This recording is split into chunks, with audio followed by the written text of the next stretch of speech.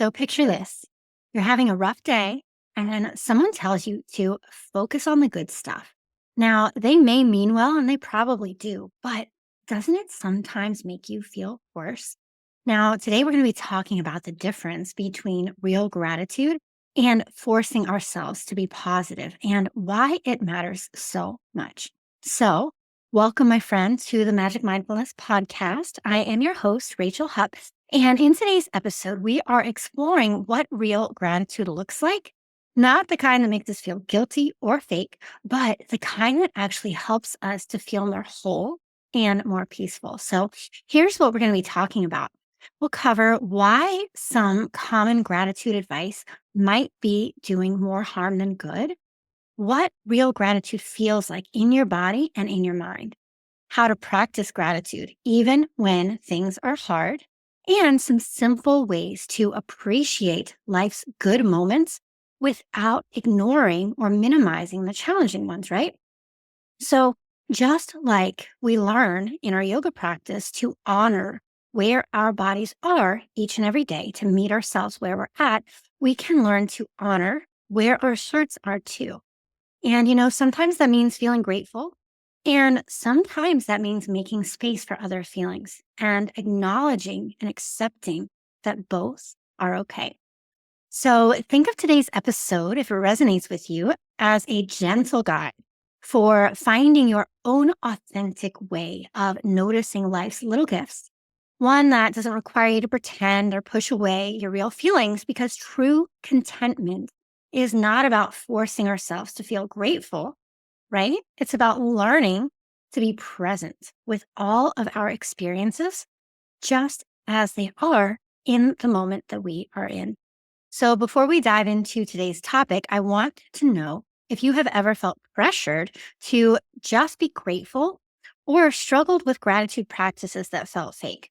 Because if so, you are not alone. And I want you to know that you're not doing anything wrong. So, I want to start out today's conversation by talking about what real gratitude actually is. So, what does gratitude mean to you? When you hear that word, what does that mean to you? What comes up for you? And I'm not talking about the Instagram version, right? But the kind that can truly make a difference in our lives. So, maybe something came up for you when I asked you that question. What does gratitude mean to you? I want to talk about what gratitude actually is.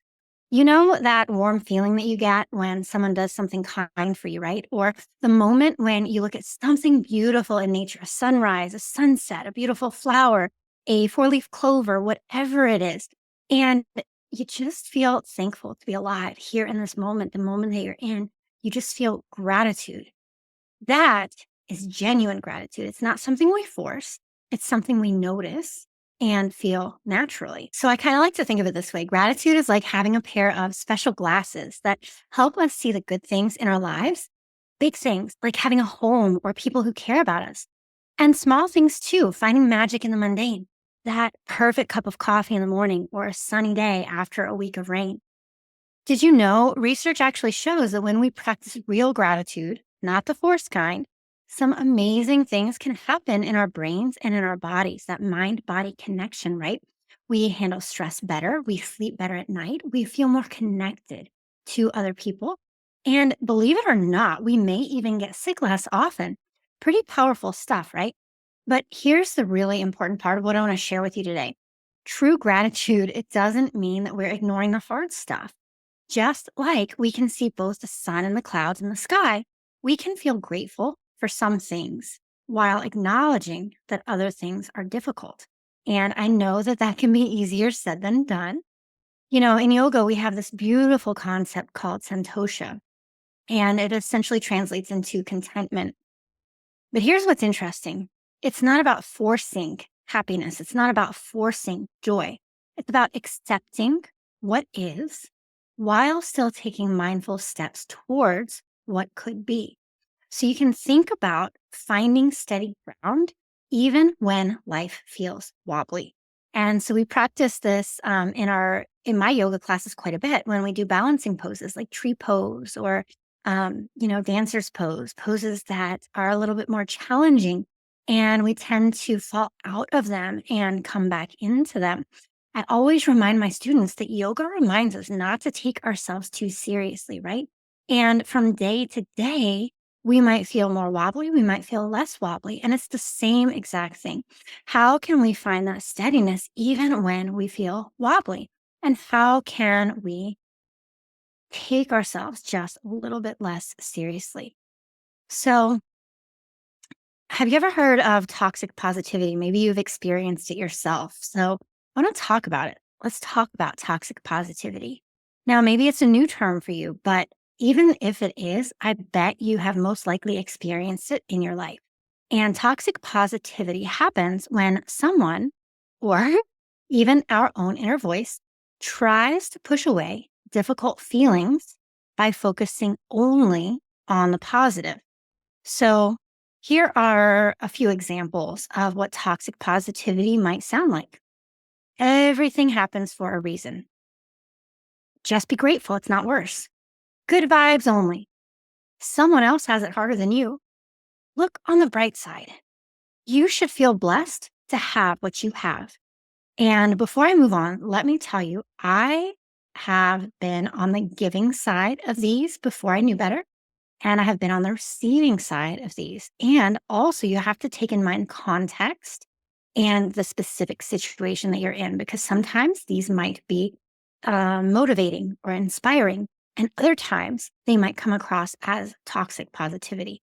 And so I want to say, we'll get more into this later, but it's not black and white. But these are just some potential examples of what toxic positivity might sound like. So, what can we do when someone offers us toxic positivity? Well, I've got a few gentle ways to respond that can help you to set healthy boundaries while still honoring your truth, right? So, say someone says, just focus on the good stuff. You could say, I appreciate you wanting to help. Right now, I need to acknowledge both the challenges and the good things in my life. Or when someone says, at least you have X to be grateful for, you might say, yes, I am grateful for that. And I also need space to process this difficulty. When someone says, everything happens for a reason, you might say, maybe so. And right now, I need to just feel what I'm feeling. So the key here is to use and instead of but, because it helps to create space for both perspectives. Pretty magical, right? Pretty powerful stuff. So these phrases might seem helpful on the surface. The toxic positivity, everything happens for a reason, good vibes only, look on the bright side. They might seem helpful on the surface. And for a long time, I used to think that I was being inspiring and I was being motivational. But what I didn't realize was that I was minimizing the challenges that other people were facing without even meaning to. And so even though they seem helpful and they are well intentioned on the surface, these types of phrases, that type of toxic positivity, it can actually hurt us. And so I want to tell you a little bit about why that is. So coming to, I don't know, let's just think about an example. Let's say that you sprained your ankle. You just sprained your ankle and it really hurts. Now imagine someone comes up to you and says, well, at least you didn't break it. Or, huh, be grateful you got another good ankle. Does that make your ankle hurt any less? No. Does it help you heal faster? Of course not. In fact, it might make you feel worse because now you feel guilty for being in pain. You feel guilty for not appreciating your good ankle or being grateful that you didn't break it. But like we said, there's space for both. You can be grateful that you didn't break it. You can be grateful that you have another good ankle. And you can really need to sit with and process and heal from the pain that you are in. Toxic positivity, it's kind of like, when your car warning light goes off, right? And it's just that light right in front of you all the time. You're like, oh my gosh, what's wrong? Toxic positivity, you could imagine putting a happy face sticker over that warning light on your car's dashboard. The sticker might look nice, sure, but it doesn't fix the problem. In fact, ignoring that warning light could lead to even bigger problems later on down the road, right? So When we experience toxic positivity, here are a few things that happen. We might start hiding our real feelings, our true feelings, because we think they're bad or wrong. We feel guilty or ashamed when we're not happy. And let's face it, not many people are happy all the time. Life has a full spectrum of emotions. We might stop sharing our struggles with others, the people that are closest to us. We might keep them to ourselves, internalize them, and hide them. We lose touch with our true emotions, that authenticity, the truth of who we are. We might even start judging ourselves for having all of these normal human feelings, the full spectrum of emotion that we feel in this human experience. And so sometimes toxic positivity comes from other people. Like we talked about before, they might say things like, just choose joy. Don't be so negative. You have to stay positive. But here's the thing, if you're anything like me, oftentimes the loudest part and the hardest part of toxic positivity comes from our own minds, right? I shouldn't feel sad when I have so much to be grateful for. Other people have real problems. I'm just complaining. I need to get over this and focus on the good stuff. What is wrong with me? Why can't I just be happy? Can you relate to any of that? So, here's what's really important to understand: having difficult feelings, having challenging feelings, having hard feelings does not mean that you are ungrateful. Being grateful doesn't mean that you have to be happy all the time. Just like we talked about earlier, the weather has both sunny and rainy days. Our lives have both easy and hard times. This is normal and this is healthy. So think about a plant. I love plants. I think I have like 50 plants in my house, and my house is 700 square feet. I love plants. So think about plants. A plant needs both sunshine and rain or water to grow. In the same way, we need both positive and challenging experiences to grow and evolve as people, right? When we try to have only good vibes, it's like telling a plant that it can only have sunshine. It's just not how nature works. And it's not how humans work either. So, I'm a CBT life coach, cognitive behavioral technique life coach. And so we talk about something called thought traps. And one of these thought traps is black and white thinking. We touched on this a little bit earlier. And this black and white thinking is the idea that something has to be either all good or all bad. So there's no gray in the middle, there's no spectrum. It's all or nothing, right? And so when we force ourselves to focus only on the positive, we are falling into this trap, this black or white thinking. So instead, we can practice what we call both and thinking. And we talked about this a little bit earlier with the and, but it's holding space for multiple truths or perspectives at one time, right? Holding space for multiple truths or perspectives at one time. So instead of black or white, this or that, it's both and. Real gratitude, it's different from toxic positivity because it doesn't deny or minimize difficulties. It makes space for all of our emotions, all of the emotions on the human spectrum. It doesn't come with a should or a must. Real gratitude is genuine. It's not forced. It's not something that we have to, I don't know, it doesn't feel fake. It can exist alongside our other feelings. So you can be grateful and you can be struggling at the same time. Real gratitude comes from noticing, not from forcing. So the next time that you're struggling and someone tells you to just be grateful, remember you can be grateful and you can still honor your challenges. Both can be true at the same time. Now, I know you might be wondering, all right, but how do we actually do this? How do we acknowledge both the hard stuff and the good stuff without feeling fake?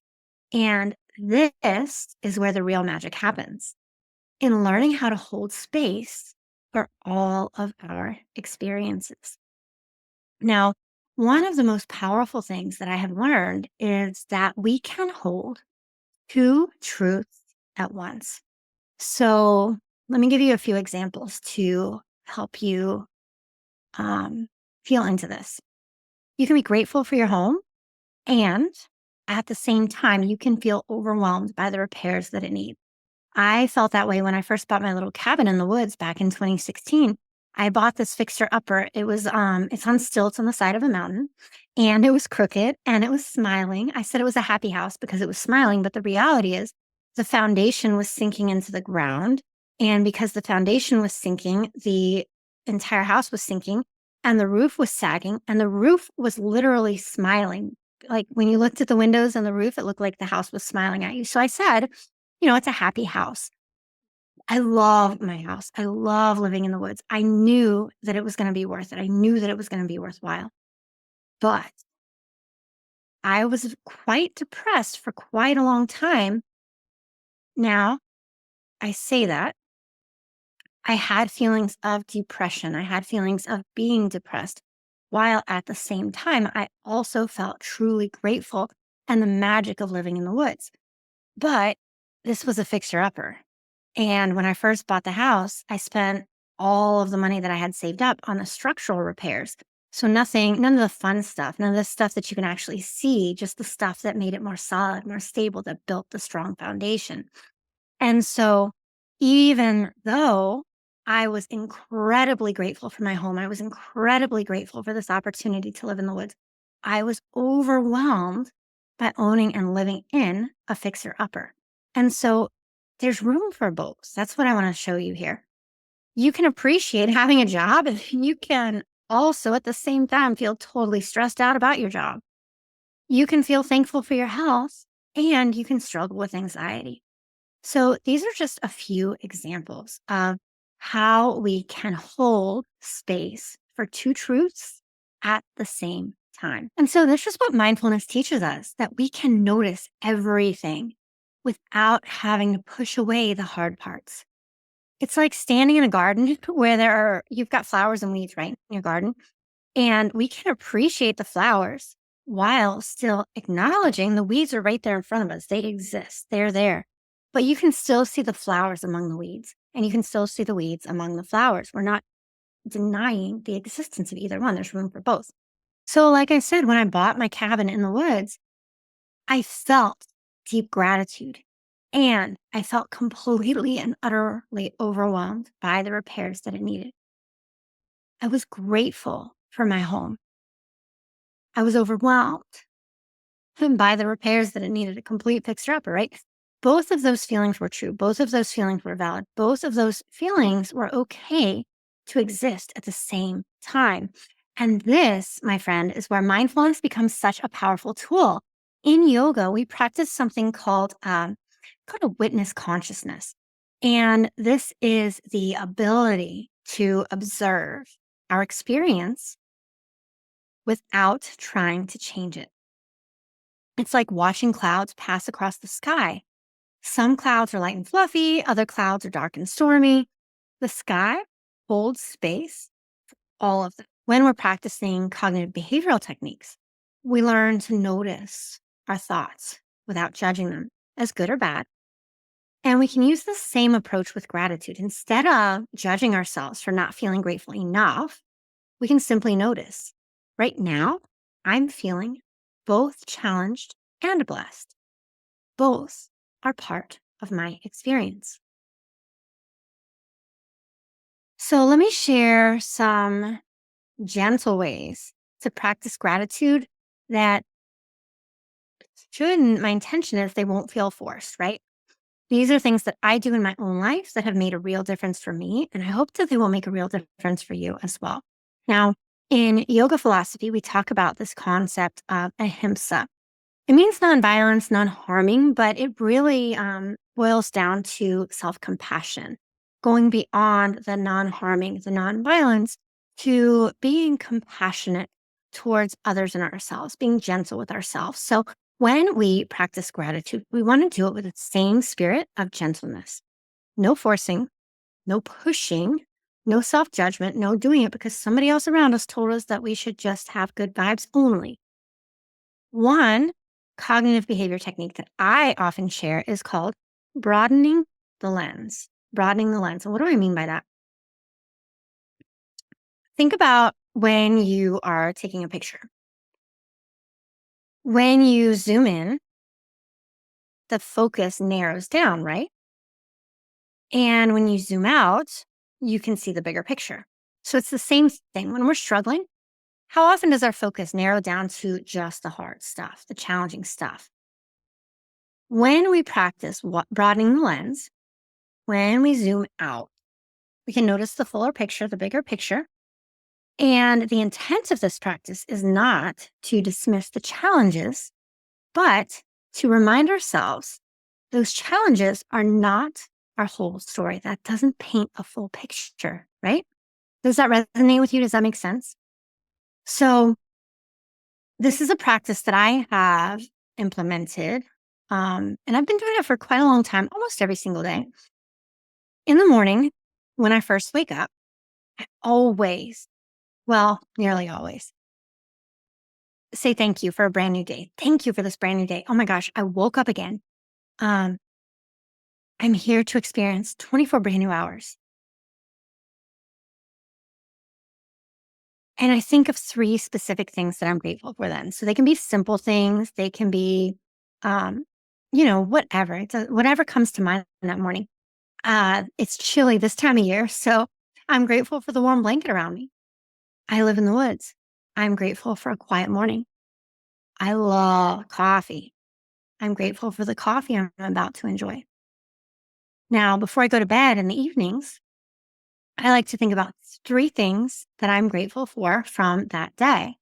And so again, it's just whatever comes to mind, whatever pops up first. Don't overthink it. I'm an overthinker, chronic overthinker.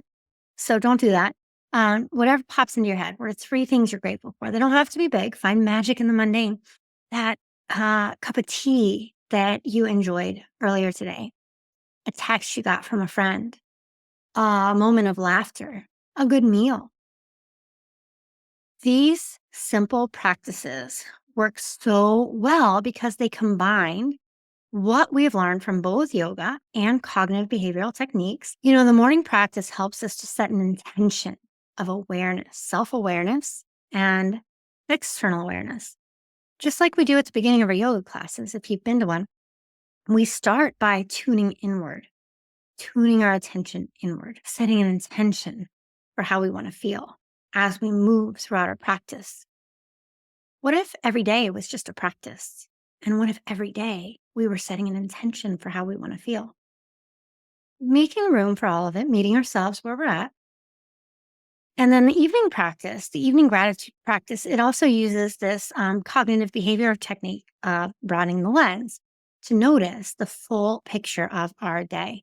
So you could say, um, I woke up this morning and I was grateful for a quiet morning. I was grateful for a warm blanket. I was grateful for relaxing with a cup of coffee and having the time to enjoy that. And then I went to work and everything went haywire and it was stressful and I felt overwhelmed and it was a really challenging and hard day. But then I took my dogs for a walk in the woods and it was beautiful and it was peaceful and the leaves are falling. And then my fiance and I, we cooked a good dinner and we ate dinner together.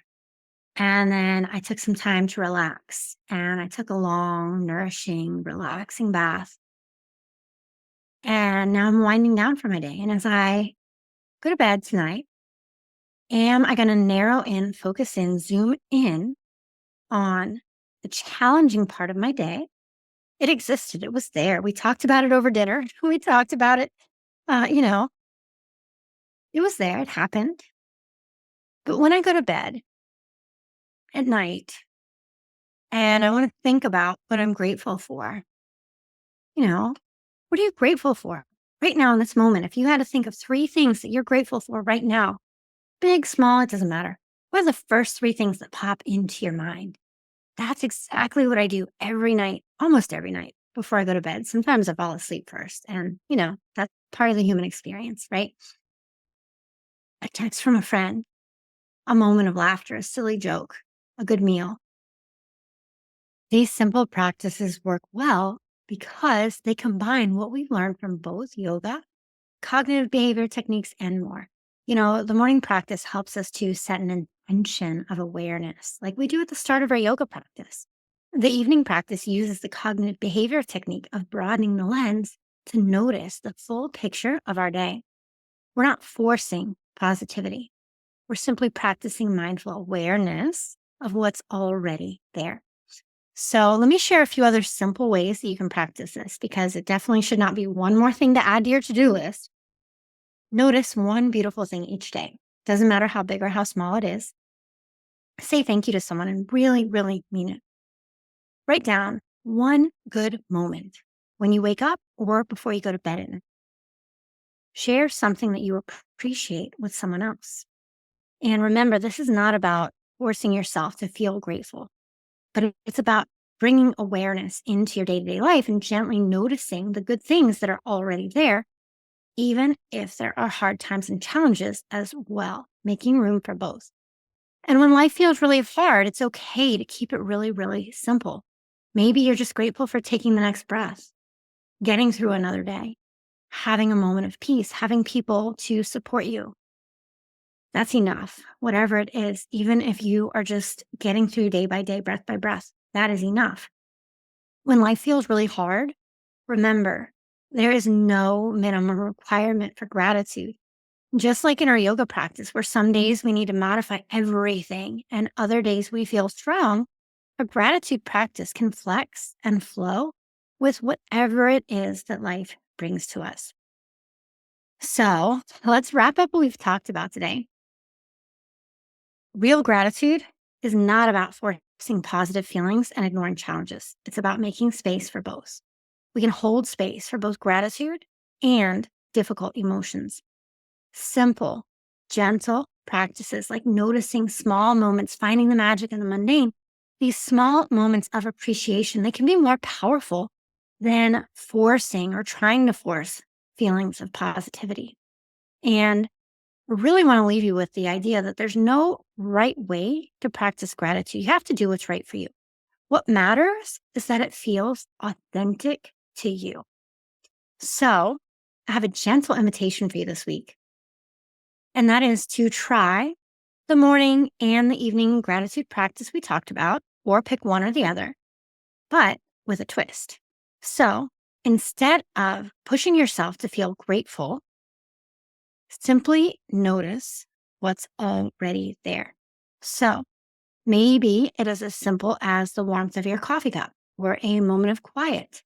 So there's no pressure, no shoulds, no number of gratitude, no number of things you have to be grateful for, but just bringing that awareness in. Don't push yourself, just notice magic in the mundane. And if you would like some support in developing your own gratitude practice, I would love to hear from you. You can share your experience with this practice in the comments below. You can DM me on Instagram at I am Rachel Hupp with any questions. And you can sign up for my newsletter where I share weekly yoga and mindfulness tips because gratitude comes up pretty often. These concepts of ahimsa, of santosha, weaving yoga into our daily life in a very subtle but meaningful way can help us to feel more gratitude in the present moment. And so if you would like to sign up for my newsletter, I will share the link in the show notes. And remember, my friend, you are not doing gratitude wrong if you are also acknowledging life's challenges. That is part of living a well balanced life. The yin and the yang, the feminine and the masculine, the heavy and the light, the strength and the gentleness. It's a balance, it's an ebb and a flow. All that matters is that you're doing it authentically. You're doing it in a way that feels right for you. So, if there was one final thought that I wanted to leave you with today, it's this: just be true to you. Practice simple awareness. Notice things to be grateful for as you move throughout your day. When you wake up in the morning, when you go to bed at night, it doesn't have to be a formal practice. Just weave gratitude into your day. the authentic kind, the real kind, and notice when toxic positivity comes up, whether it's internal, coming from your own mind, or external, coming from someone who means well, most likely. Um, and make space for both. Remember, it's not all black and white. There's room for and let me know how this feels for you. All right, my friend, until next time, be gentle with yourself. And I would love to see you in the next episode of the Magic Mindfulness Podcast.